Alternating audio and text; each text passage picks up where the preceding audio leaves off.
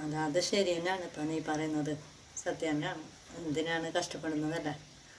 അതിനെക്കാട്ടും ജോലി ചെയ്താൽ അന്തസ്സായിട്ട് ജീവിക്കാൻ പറ്റും. ജീവിതമായിട്ടങ്ങ് സംഗതിയല്ല, സാരമില്ല. എന്നാൽ ഞാൻ ഇറങ്ങട്ടണേ. ഞാൻ കുറേ സമയമില്ല വന്നിട്ട്. ഞങ്ങളുടെ പിള്ളേരെല്ലാം കാത്തിരിക്കുന്നുണ്ടാവും. ഞാൻ പോട്ടണേ കേട്ടോ. ആ ആയിക്കോട്ടെ പോന്നാ.